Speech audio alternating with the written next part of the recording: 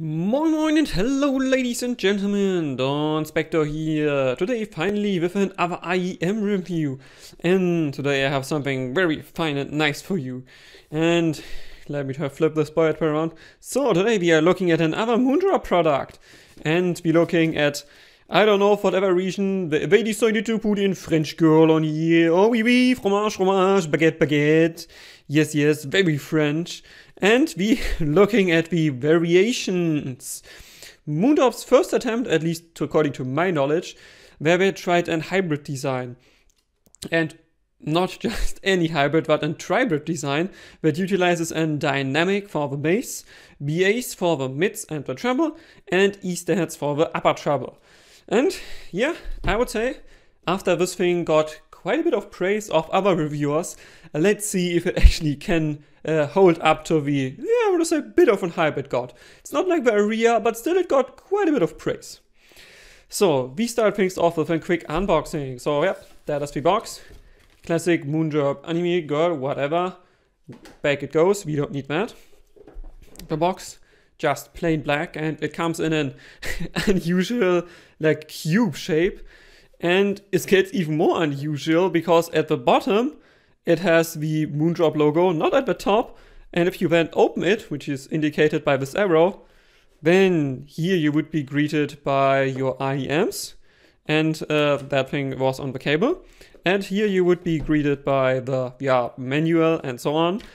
Let me just quickly open that so you can see it. You also get a quality card and the Moondrop anime girl as, I don't know, postcard or whatever. Yeah, okay, who's into that? Yeah. And then here you would be getting the carrying case, which I have removed because I'm actually having been using it. Yep, that we take a look later on. And later on is now, because I actually forget to record it with the whole review, so now in the post, I am still editing this in. So generally, this carrying case is pretty good. It feels sturdy enough, it closes with a satisfying floop noise, which I add in now for, I think, 2 or 3 tries.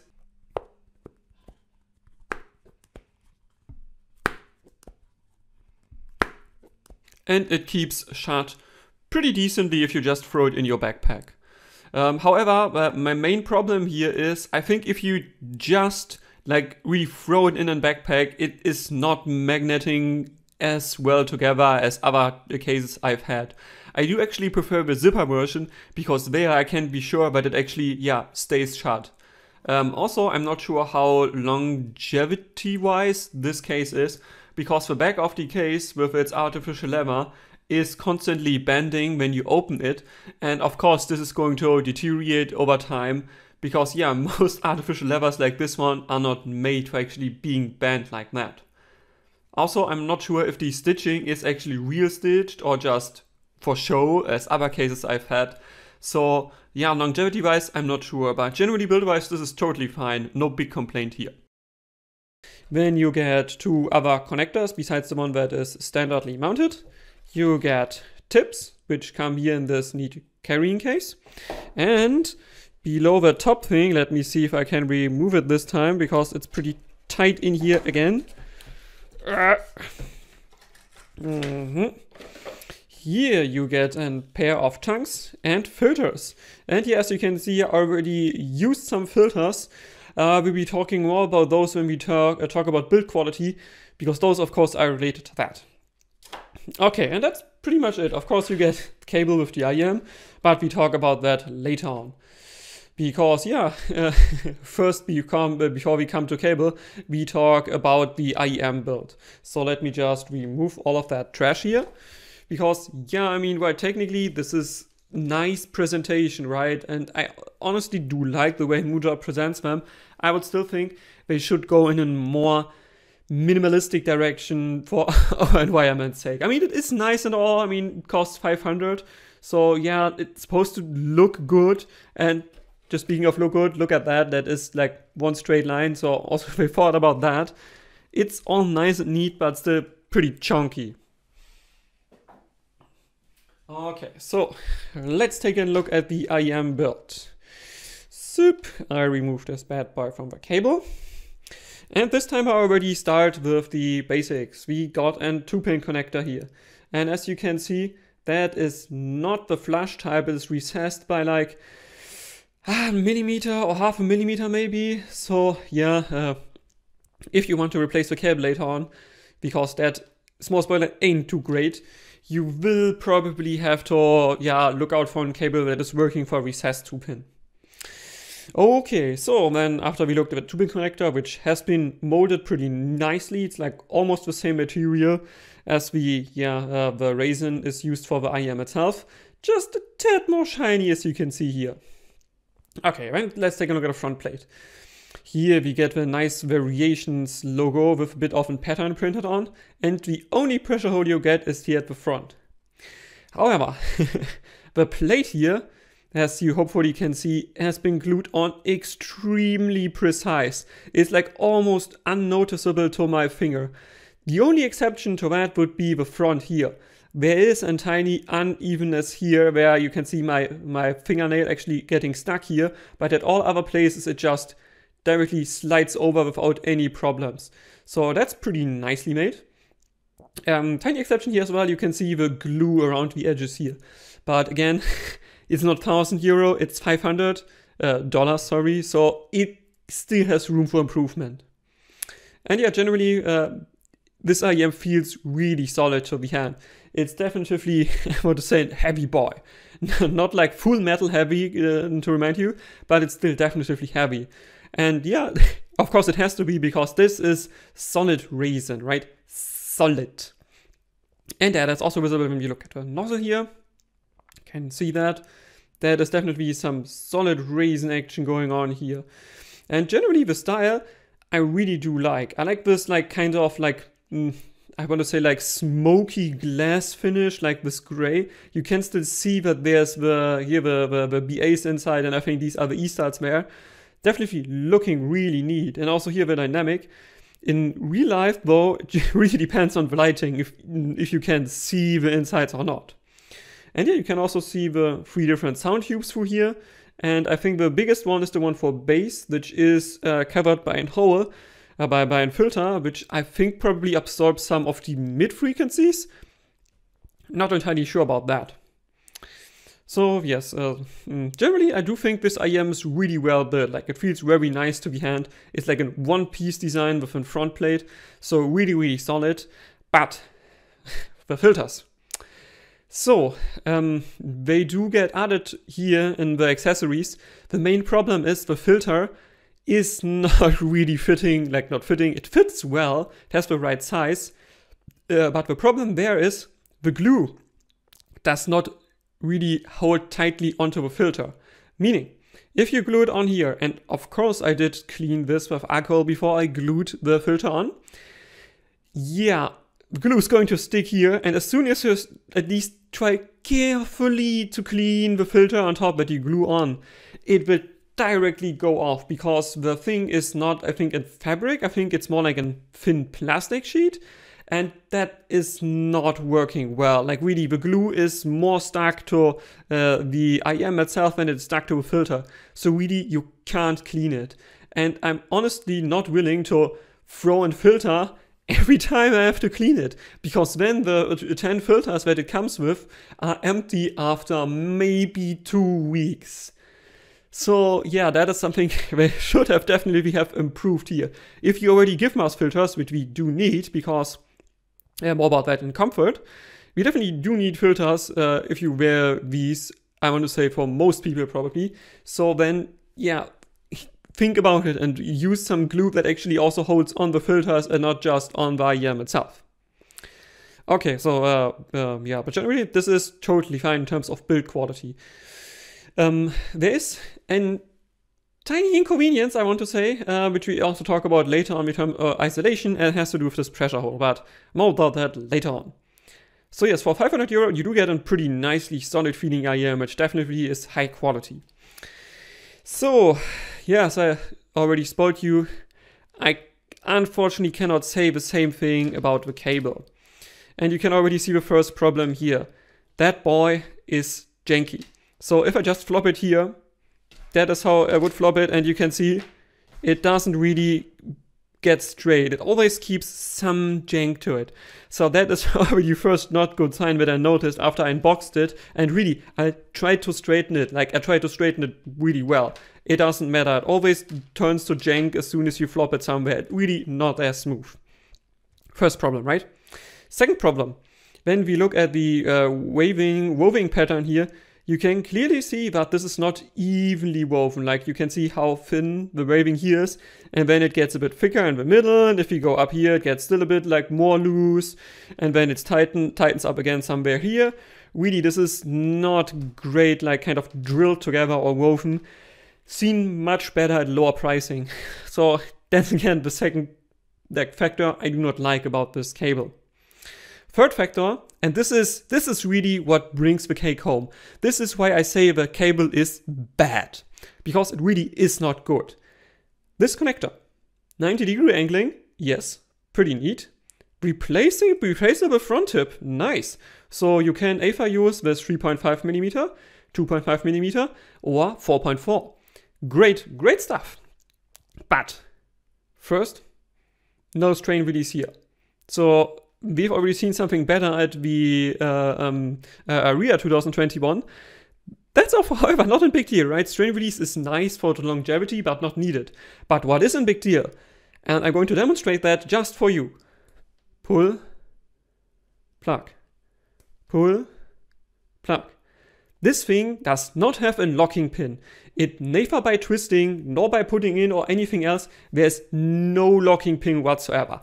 That means in real life, if you just walk around in the city center, if you decide to use it for whatever, it's going to shake loose. If, like me, you are a fast walker, and I would describe myself, I'm pretty fast walking, this shakes loose in like 30 minutes. Like if you are lucky, maybe you manage an hour, but really, it just misses a locking pin and gets so annoying because it suddenly starts to cut out a bit, and then it suddenly is completely gone, at least one side of it, and then I have to plug it in again. And really, Moondrop, next time, add a locking pin to that. Like really, the cable itself could maybe still be tolerated.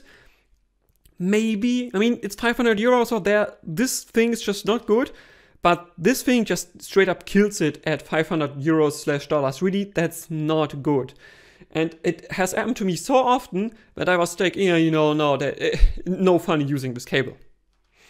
But okay, enough about that. Let's continue. So, thickness of the two strings here is fine. I think if you only have two, I would still have liked to see a bit more chunky cable, individual strings at least. That might then lead to a bit smoother operation overall. But it's okay, like it still doesn't feel too cheap. When you come to the splitter, which you can see conveniently is still wrapped in plastic, and yeah, the variation is, the Moondrop is on here, and unfortunately it's really shiny and you will have fingerprints all over the thing as soon as you unwrap it. Again, missing, there's no chin slider here, so really it just is how it is, like no chin slider action going on. And yeah, when we go up, and I'm not entirely sure if you can see it on the video, but the two wires on top are slightly thinner than the wires at the bottom. Just ever so slightly, and I'm not mad about that. It's totally okay. You can use that because you want a bit more better bendability also here, or pliability. Not sure what the word in English would be there for that. But if you already have like thin or like semi-thin wires here, you could also have used those on top here. No problem at all. And then going further up here, you do get two rubberized hooks, and those are actually rubberized pretty neatly. It definitely gives some support, but it's in pretty, I want to say soft support. So it's not mega springy. If I let it spring, you can see it's not the fastest spring action you get with IEM hooks. And also the angle is big enough that I would say it does not bother most people. Which then again brings me to something I do not like about this cable. This 2-pin connector here is just R and L marked, as you can see the R here, but again, it's not color coded. So with the IEM itself having no color coding, well, it's kind of difficult to say which side you're having, and even worse, this thing just feels cheap.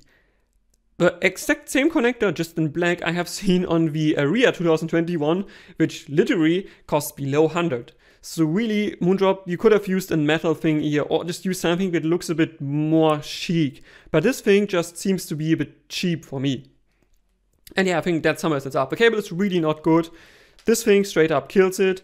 This could be better, like waving could be better. It's like, it's not good for 500. For 200 or so, I could probably say, you know, it's alright. Like they tried with the replaceable connector here, they failed.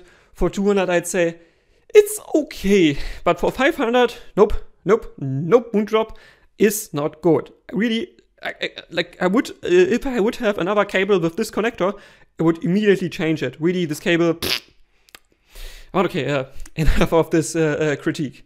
Let's come to the next chapter, and this is comfort. And as with my last reviews, I will be throwing on a nice photo of the variations where you can see its dimensions better, because I think it's kind of useful to see how big an IEM in real life actually is. But for comfort, of course, the general, I want to say, shell shape and shell size, as well as the nozzle are important. And I'm not sure how well you can see it, but that is a chunky IEM. Like it is, I think, even a tiny bit bigger than my H40, at least in some dimensions. And H40 was already a big IEM. And adding to this like huge chunkiness this IEM has, look at that nozzle. Like look at it compared to my finger size. That is the thickest nozzle I've ever seen on an IEM. And it's thick, all right? 6.4 millimeters all around without any lip. That is chongus. Like really, I can barely wear it. Like really, I would say 0.2 millimeters more and I would have no chance in wearing this IEM whatsoever. 6.4, I think, absolute maximum I can wear in my ears. But I cannot wear it with the included tips. The included tips, neither foam nor the silicone ones, work for me. It literally hurts my ears after just a few minutes. And most of my other tips, unfortunately, also caused that inconvenience or like this discomfort. I think discomfort is the correct term in English, yeah. So really, if you're having problems with like thicker stem IEMs, or if you know your canal is small, that IEM is instantly dead for you. Really, it's too thick. I can literally only wear them with spin fits. And give me a moment, I just get the other tips in the picture. So yes, as I said, with spin fits, then I can wear them with the Asla Zedna Fit Crystal, which are kind of also new out on the market, but they are pretty nice, pliable and soft. However, because these have such a thick outlet, it's kind of tricky to insert them in the first place, so really not comfortable, but as soon as they are in and they warm a bit up, they totally get comfy. But my personal favorite, at least in terms of pure comfort, are, I'm not sure if you can see that correctly here, these are Compli 500 foam tips that I've cut in like half. So usually they are twice as thick, I just cut them in half and then flop them on. So, let me just grab the IEM so you can see how it would then fit on there. So that's how it basically would be fit on the IEM, and if I compress it, you can see it gets pretty thin around the IEM. So that gives me the best comfort, but not the best fit. So best fit I have with the spin fits, and I do wear it most of the time with spin fits, just because they stay secure all of the time. But just in terms of long wearability, yeah, definitely shortened foam tips are the only way to go here. And yeah, I think that sums it up about comfort. If you can get the right tips, as most semi-custom like shaped shells can be really comfortable, but the nozzle is so thick, I really doubt it will fit the majority of people. Okay, and that brings me to isolation. And so, this is a solid IEM, right? It's solid resin, and it has a pretty big shell and a solid nozzle. It does isolate really, really good in real life. Precock said it doesn't isolate that well. I'm not sure what tips he used though, but with foam tips, these things are really great for every day because they absorb so much energy, so much noise energy, just because they are so thick. It's really, it might not be the same as pure custom made IEMs, but it comes pretty close. And even if you use some good silicon tips, which for example here again, the crystal, which are also more thickish as you can see here, they also get pretty damn well isolating. Not with the spin fits, as you can see, they're quite a bit thinner. Ain't so great for isolation with spin fits, but still, this is definitely above average isolating IEM. But, and that again is unfortunately a huge but, this pressure relief hood here in everyday usage is really wind sensitive. So wearing this without a head and hood or anything else will cause unpleasant whoosh sounds whenever there's bit wind outside. Really, I have not experienced this issue in this intensity with any other IEM, but Variations has it.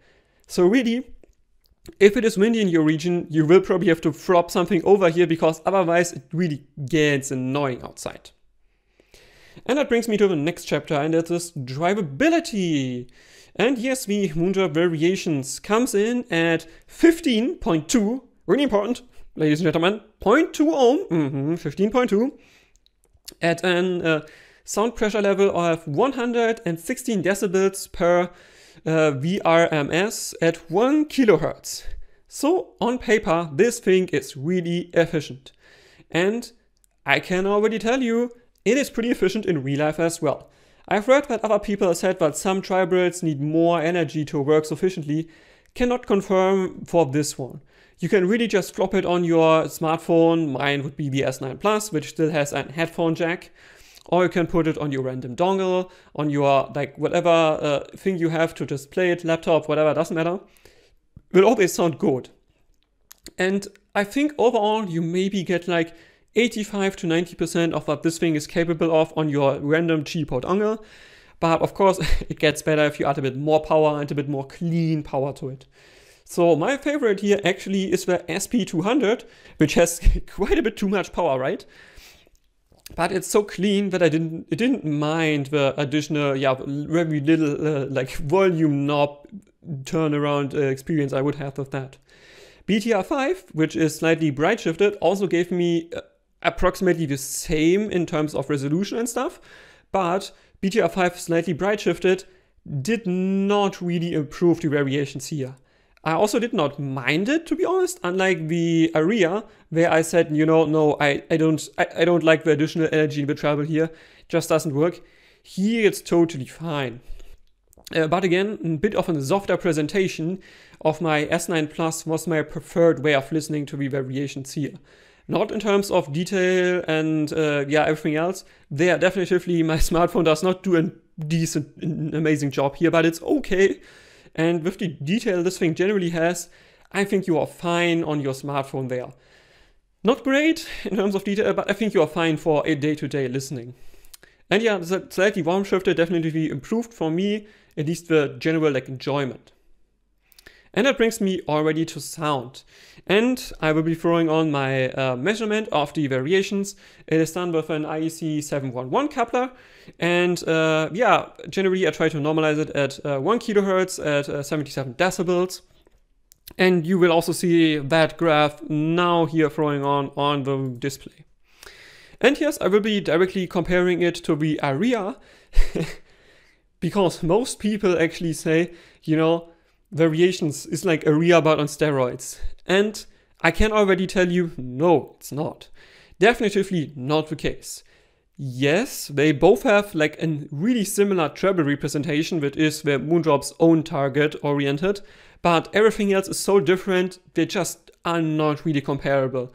Maybe until 1 kilohertz you could say, yeah, these are pretty similar, but even then I would argue that the Variations just is the better representation here. Just because it does not have the annoying peak after 10K, which just makes everything sound grainy. Definitely not the case here. But okay, general sound shape here is U-shaped, meaning that the Variations does is it adds energy in the upper mids and lower treble, and then at the bottom end of the spectrum it adds energy in the sub-bass department, but not really mid-bass. So yeah, if you like U-shape, I think I can respond you, it's a good choice for you in terms of sound, but there are also a few more caveats which we have to talk about. So kicking things off first with treble. Firstly, This IEM costs $520, and honestly, the extension here could be better. Yes, it doesn't have this annoying spike somewhere after 10K that the Aria has, but still, I would expect a bit better extension for a tribird with ESTAT, and ESTAT in quotes because I know it's not a real electrostatic driver, but still, the extension here could be better.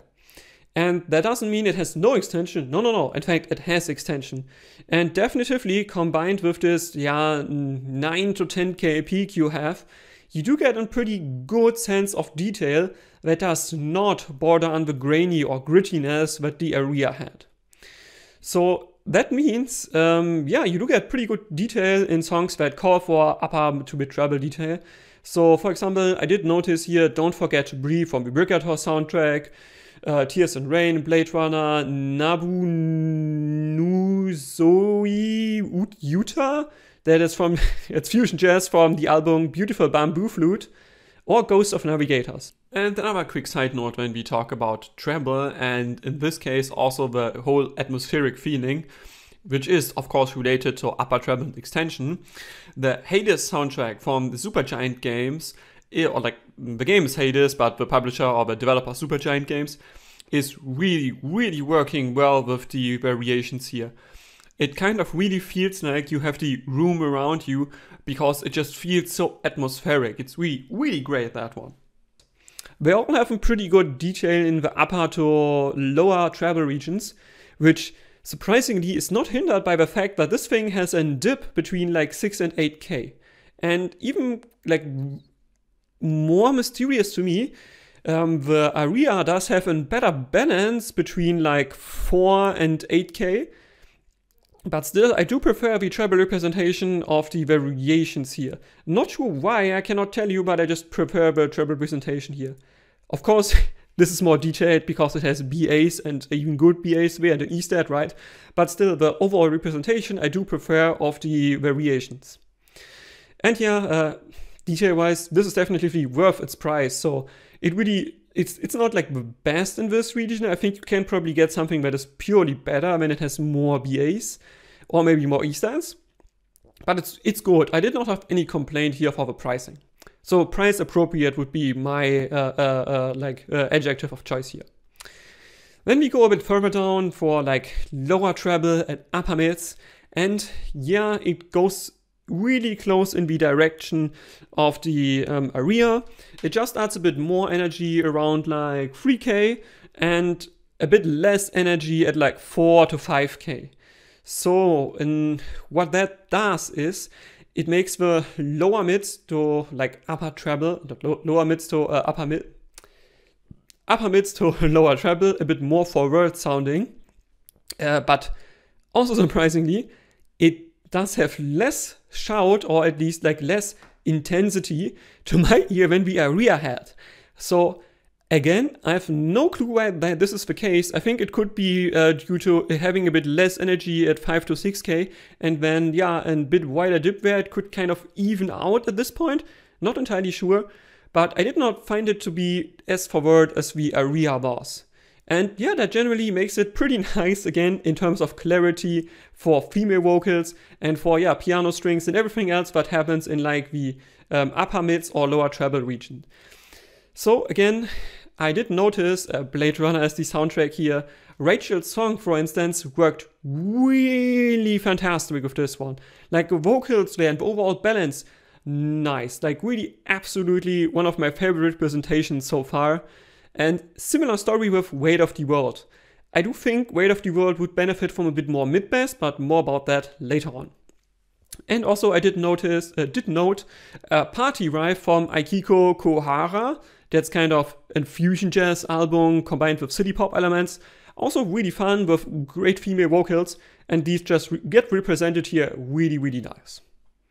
And that brings me, I think, to one thing.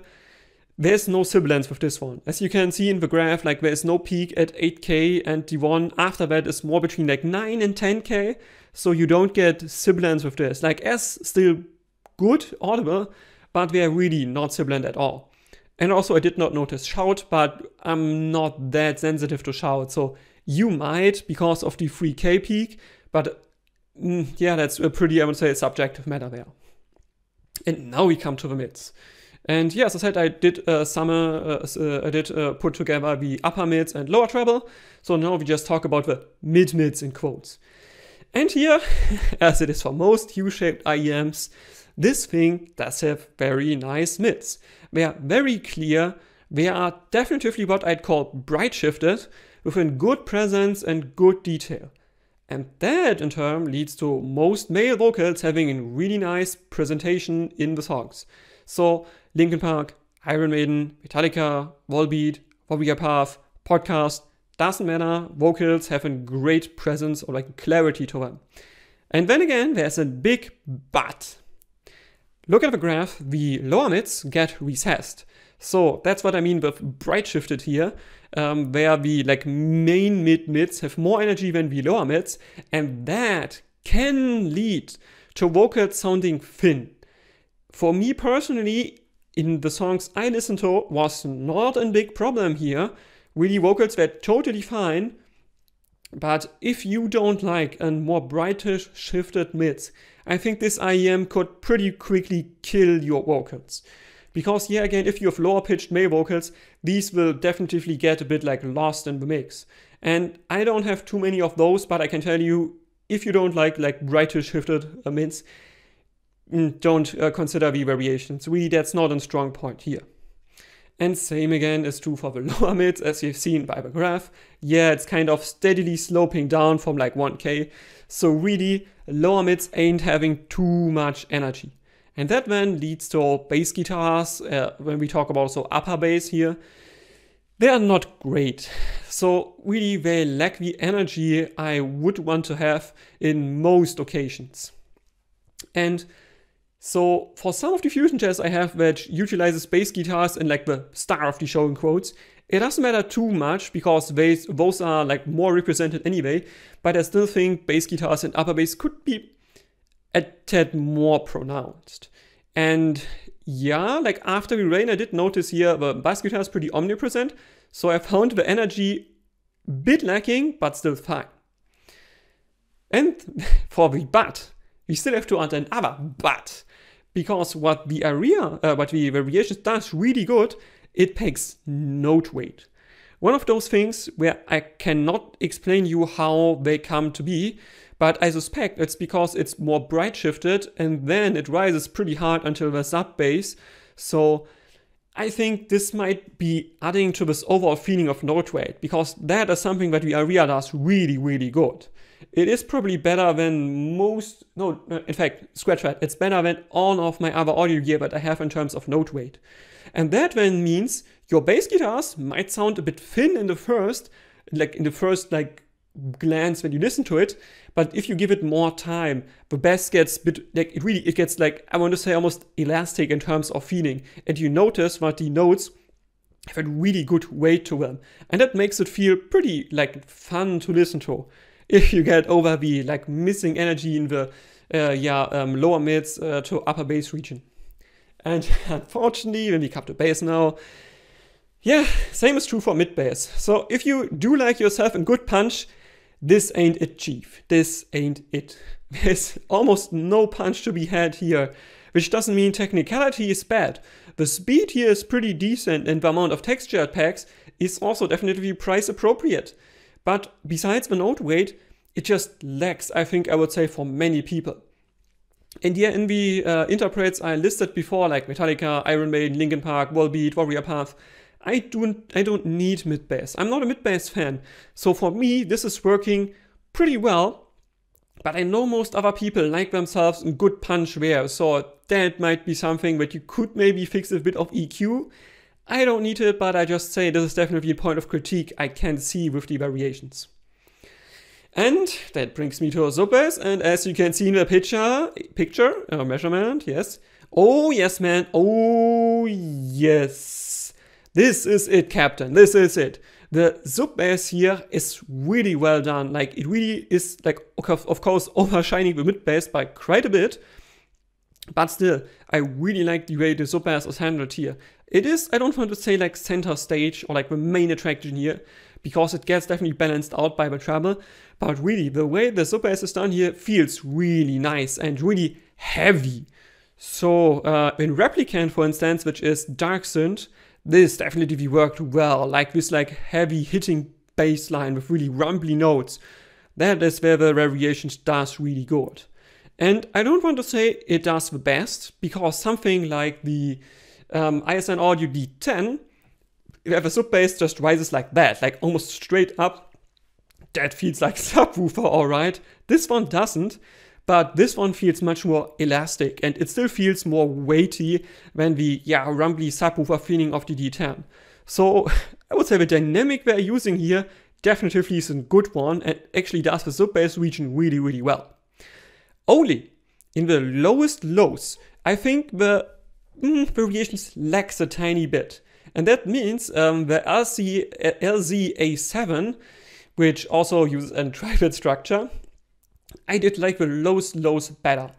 And for instance, in Mountains, from the Interstellar soundtrack, the Variations easily manages 2.15 minutes. And for everyone who doesn't know, there's a bass note that kind of keeps sloping off until like really almost inaudible. And here, until 2.15, Variations manage to maintain like in texture. And when at 2.16, you do still get something, but only at higher volume. But the A7, even for the graph doesn't indicate there's a roll off in the sub bass, it still somehow does manage better to maintain texture at this point.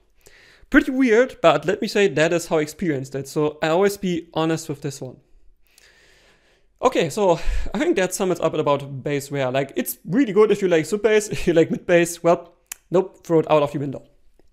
And that brings me to Soundstage, layering, and imaging. And yes, I found the Soundstage to be pretty mediocre. It's not small by any means, but it's also not big. So it's somewhere in this average-ish realm where you can't say it's good or bad. In terms of imaging, I think it depends on what you look for. So the imaging, I would say, is like, or the staging generally is a bit put like in the front direction. It's not like you don't get anything on the height of your ears, you have, but like behind you is a bit difficult with the Variations. I think it does better like in this region than the front here. And it's not too bad because it still does like sounds, like the sound is decent, and the imaging where fortunately, depending on your music, can be really, really, really good. I did notice here again, Don't Forget to Breathe from the Brigator soundtrack, this has some piano notes. Somewhere in between, I did not notice the timestamp, sorry. And with the Variations, I could easily isolate in space the piano notes in this soundtrack. Like really, I could tell you individual piano notes are coming slightly more left, slightly more right. Really, really well done here. And yeah, that's of course helped by the nice separation this one has, which we talk about in the next chapter. But really, if you have the right song for this one, it is really, really great. And yeah, unfortunately, not so true for layering, but still I'd say layering is good. So most of the time you do get like 5 layers, so there's like center layer, a bit more left, a bit more right on the height of your ears, and then for quite a few times you do get a 7th far outside layer. It is definitely for this price appropriate, but I think you can also get better layering IEMs at lower cost. But still no slouch either, right? And that brings me to separation, dynamics, and coherence. And yes, as I already said before, separation with this one is really, really good. Like in terms how mid separated from bass, separated from treble, really well done. I have absolutely zero complaint there. And also in terms of how well the actual instruments are separated in the mix, really well done. No complaint here. I would actually say it's a really good strong point of this IEM. Same is also true for vocal separation. They are also separated really nicely, being in the center of your head while everything else is spread around it. The only, I think, problem that you do get here is coherence. Because yes, this is a tribird design, and yes, you can clearly tell these are 3 different drivers doing the job. So at higher volume, I would say, yeah, the coherence is pretty good. It is definitely possible to tell the drivers apart, but it's not easy. However, If you turn the volume down, then it gets much easier to tell apart the different drivers. Meaning the BAs overpower the ESTs and they also overpower the DD. Okay, the DD, to be fair, still is pretty present because of the sub-bass, but still, it gets overpowered. So I would say you can also, of course, hear it in terms of timbre, but it's really not that bad. For like this price, I have no problem there. And yeah, just want to say, if you listen on low volume, you can probably tell them apart more easily than on high volume. And that brings me to dynamics, this last part of this chapter. Dynamics is pretty good. You do get a good amount of macro details or macro dynamics, as well as micro details or dynamics at this point. And yeah, like it's price appropriate. It didn't blow me away, but it's really price appropriate. And now that brings me finally, after a long review, to the verdict. Whew, how should I tackle this one?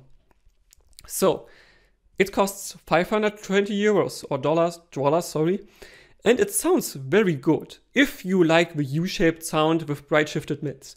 Really, for what it wants to go for, it really delivers exceptionally well. And also in terms of technicalities, it's mostly spot on for the price, or maybe even punching a bit above that. But, as I said before, you do have definitively quite a few caveats.